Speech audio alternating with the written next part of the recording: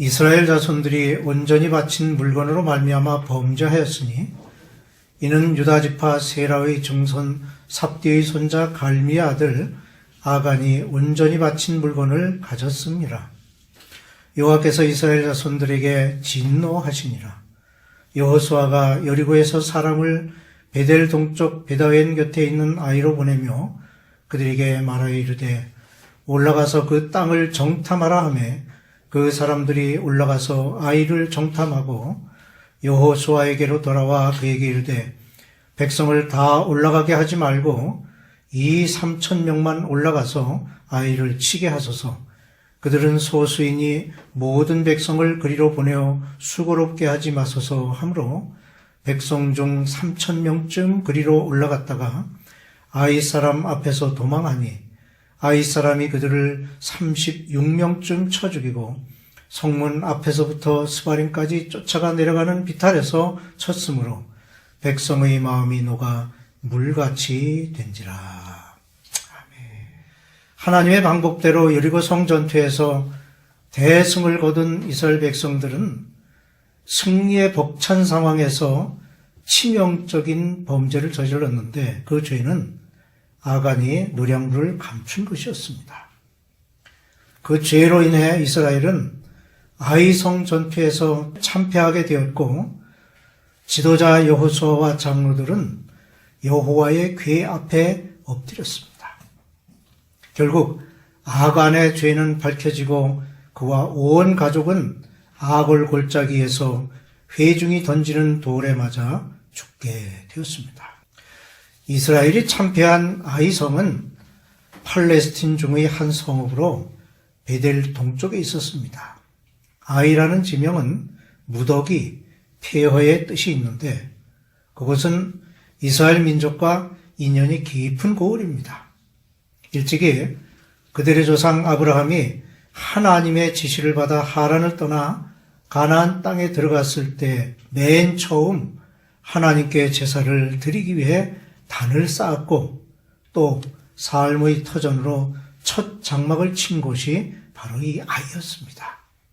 가나안 땅에 들어가 맨 처음 점령한 여리고 성이 하나님께 바쳐진 성이었다면 아이성은 그 조상 아브라함이 약속하신 땅에 들어왔을 때 처음으로 단을 쌓고 첫 장막을 쳤던 곳입니다.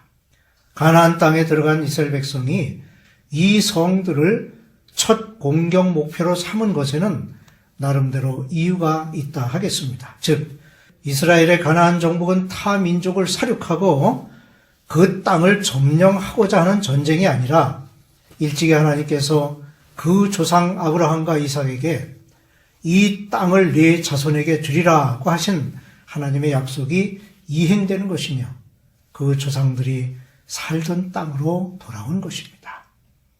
여리고 성에 이어 공략하고자 한 아이성 전투에서 몇 가지 교훈을 얻게 됩니다. 첫째로 아간의 범죄가 패배의 원인이었습니다. 아간은 시아버지인 유다와 며느리 다말 사이에서 태어난 쌍둥이 중 하나인 세라의 자손이었고 아간이라는 이름의 뜻은 괴롭히는 자입니다. 아간은 여리고 성에서 신할산의 아름다운 외투 한 벌과 은금을 숨겼기 때문에 이스라엘 군대가 아이성에서 참패하게 된 것입니다. 이와 같이 대인적인 행동의 책임을 이스라엘 백성 전체가 지게 된 것은 아간의 죄가 백성들에게 영향을 미쳐 전염될 수 있기 때문이라고 해석하는 학자가 있는 반면 아간 개인이 저지른 죄이지만 성경은 이스라엘 백성들이 범죄했다고 기록하는 것에서 그가 민족의 한 사람이었기에 이스라엘 민족 전체의 범죄라는 면에서 하나님의 징계가 따른 것이라고 풀이하기도 합니다. 가나안 지경의 견고한 성 여리고를 전쟁도 하지 않는 방법으로 함락시키고 그 성의 주민들을 멸절시킨 이스라엘 백성들은 승리의 기쁨에 돛이 되었습니다. 하지만 이러한 기쁨의 상황에 어둠의 그림자가 깃들었으니 그것이 바로 유다 지파 갈미의 아들 아간의 범죄로 인해서였습니다. 아간은 탐욕에 눈이 어두워서 여리고 성의 탈취물을 하나님께 바치지 않고 숨겨두었습니다.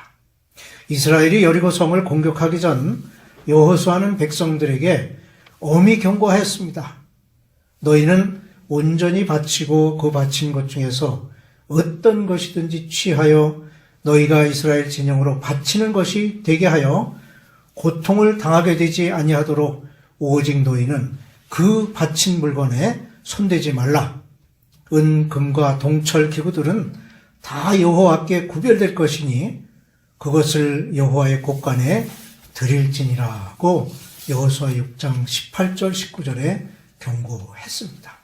그런데 아이성 공격에 참가한 군사 중 한 명인 아간은 이 명령을 무시하였습니다. 아간은 신할산 외투 한 벌과 은 20세겔, 50세겔의 금덩이를 보고 탐심이 생겨 그것을 자기의 장막으로 가져가 땅속에 묻었던 것입니다. 이러한 아간의 범죄로 인해 하나님의 진노가 이스라엘에 임했습니다. 그리고 그것은 이스라엘을 두 번째 공격 대상인 아이성 싸움에서 참패하는 결과로 나타났습니다. 이스라엘이 가나안 땅을 공격하고 정복하는 일은 백성들의 일이라기보다는 하나님의 일이며 이스라엘은 하나님의 전쟁을 대신 수행한 것으로 보아야 합니다. 여호수아가 엄히 경고한 것과 같이 노량물 중에서 사람이나 짐승은 죽여서 하나님께 바쳐야 했고 금, 은, 동철 등 타지 않는 물건들은 여호와의 곳간에 드림으로 바쳐야 했습니다. 그런데 아간은 이 명령을 어기고 하나님께 바쳐야 할 물건을 도둑질한 것입니다. 여기서 아간은 두 가지의 범죄를 저질렀는데 그 첫째는 하나님의 것을 자기의 것으로 만든 죄이며 둘째는 지도자의 명령을 어긴 죄입니다. 첫 번째 죄는 신앙적인 죄이며 두 번째 죄는 군인으로서 명령을 복종하지 않은 죄입니다. 이 두 가지 죄는 모두 용서받을 수 없는 죄로서 마땅히 처벌받아야 했습니다. 아간의 범죄는 탐욕이라는 인간의 악한 성격에서 비롯되었지만 하나님과 지도자에 대한 불순종의 죄가 더 큰 것이었습니다. 하나님의 말씀을 어긴 아간은 아간대로 벌을 받아 도둑질한 은, 금과 외투는 말할 것도 없고 그 가족과 가축과 그에게 속한 모든 것이 죽임을 당했습니다. 이렇게 아간에 대한 징벌은 그 가족과 소유물에까지 미쳤을 뿐만 아니라 더 나아가 이스라엘 전체의 그 죄책을 물어 아이성 싸움에서 패전케 하셨습니다. 이는 하나님께서 이스라엘을 민족 공동체적 관점에서 대하신 증거입니다. 민족은 한 사람으로부터 시작됩니다. 한 사람 한 사람이 모여 민족을 형성하는 것이기 때문에 한 사람은 곧 민족을 대표합니다. 아간 한 사람의 범죄로 인하여 아이성 전투를 패전으로 이끄신 하나님의 뜻은 바로 이 교훈을 우리에게 가르쳐주고 있는 것입니다. 둘째로 지도자의 미숙한 신앙이 있었습니다. 아간이 범죄한 사실을 알지 못했던 여호수아는 여리고 성 승리의 기세를 몰아 아이성까지 점령하려고 했습니다. 그리하여 그는 아이성을 정탐하러 사람을 보냈고 정탐꾼들은 아이성은 2, 3천 명의 군대만 보내면 승리할 것이라고 보고했습니다. 그러나 손쉽게 승리할 것으로 여겼던 아이성 전투에서 이스라엘은 참패하고 말았습니다. 아이성 전투에서 패하게 된 1차적 원인은 말할 것도 없이 아간의 범죄 때문이었습니다. 그런데 이 전쟁의 패인을 면밀히 살펴보면 몇 가지가 더 있는데 그 중에 하나는 지도자의 부족한 신앙 때문이었습니다. 여호수아의 기도가 부족했습니다. 여리고 성 다음으로 아이성을 공격 목표로 세웠지만 여리고 성 공격 때와 같은 기도가 여호수아에게 없었습니다. 여리고 성 공략을 손쉽게 이룬 것이 마치 자신의 능력에 의한 것이었다는 착각과 단숨에 승리한 들뜬 마음으로 하나님께 대한 신앙의 자세가 흐트러지고 말았습니다. 여리고 성 정복에 앞서서는 길에서 여호와의 군대 장관도 만났고 여리고 성 공략의 모든 방법을 하나님께서 지시하시는 것에 따라 진행했지만 아이성 공략 때에는 그런 모습이 보이지 않았습니다. 이스라엘의 가나안 정복 전쟁은 이스라엘 민족 자체의 전쟁이 아니라 하나님께서 명하신 전쟁이었기 때문에 그 모든 전략도 하나님의 지시에 따라야 했습니다. 그런데 하나님의 지시 없이 아이성을 공격했다가 큰 참패를 당하고 만 것입니다. 오늘날에도 마귀와의 영적 전쟁에서 하나님의 말씀을 따르지 않는다면 패배하기 쉽다는 것을 기억해야 하겠습니다. 여호수아는 자기도 지에 빠져 교만했습니다. 이스라엘이 여리고성 전투에서 승리를 거두었다는 것은 어느 무로 보나 기적이었습니다.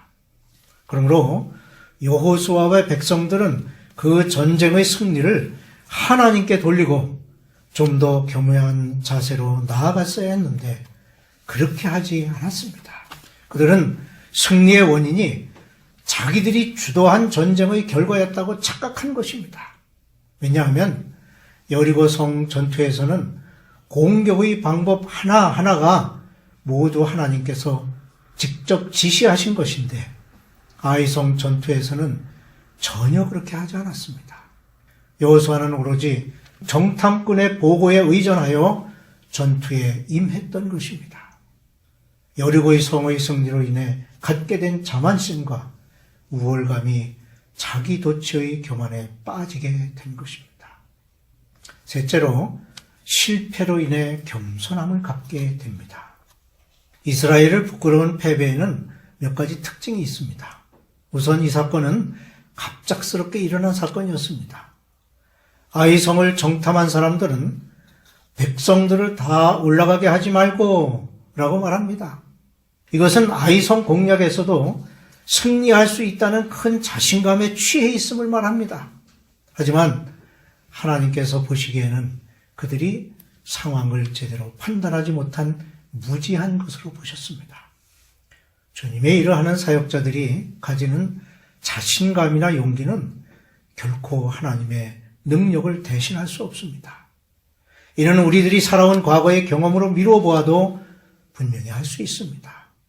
성공에서 얻어지는 자신감이 종종 자신의 용기나 자기 도취의 자만심에 빠지게 된다는 것입니다. 그들은 완전히 실패하였습니다. 본문 4절을 보면 이스라엘 백성들은 아이성 사람들에게 패배하고 도망쳤습니다. 그들이 도망한 것은 하나님께서 그들과 함께 하시지 않았기 때문입니다. 천하의 장사였던 삼손도 하나님께서 그와 함께 하시지 않을 때는 보통 사람과 다를 바 없는 무기력한 인간이 되었습니다. 그런데 그가 다시 하나님께서 함께 하시는 은혜를 입게 되었을 때 힘을 되찾게 되었습니다. 하나님으로부터 능력을 부여받은 사람은 하나님을 떠나서는 아무 일도 할 수 없습니다. 이 사실에는 이스라엘 백성들은 말할 것도 없고 우리도 그리스도인으로서 단순히 우리의 힘만으로는 승리할 수 없음을 알게 하는 것입니다. 우리는 하나님의 뜻에 의지하여 승리하는 자가 되어야 하겠습니다. 실패한 후에는 겸손한 태도를 갖게 됩니다. 여호수아는 주여 이스라엘이 그의 원수들 앞에서 돌아섰으니 내가 무슨 말을 하오리까? 라고 말합니다.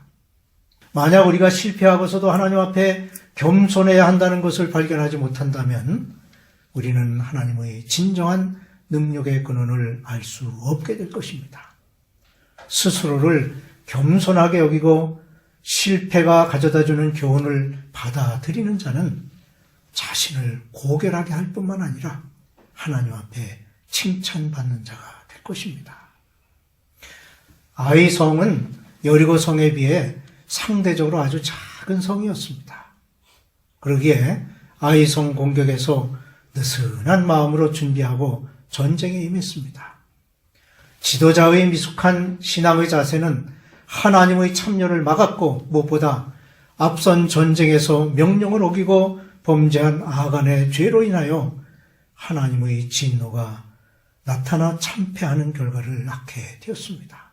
하나님은 아브라함에게 나는 전능한 하나님이라 너는 내 앞에서 행하여 완전하라고 창세기 17장 1절에서 말씀하셨고 신명기 18장 13절에서도 너는 네 하나님 여호와 앞에서 완전하라고 하십니다.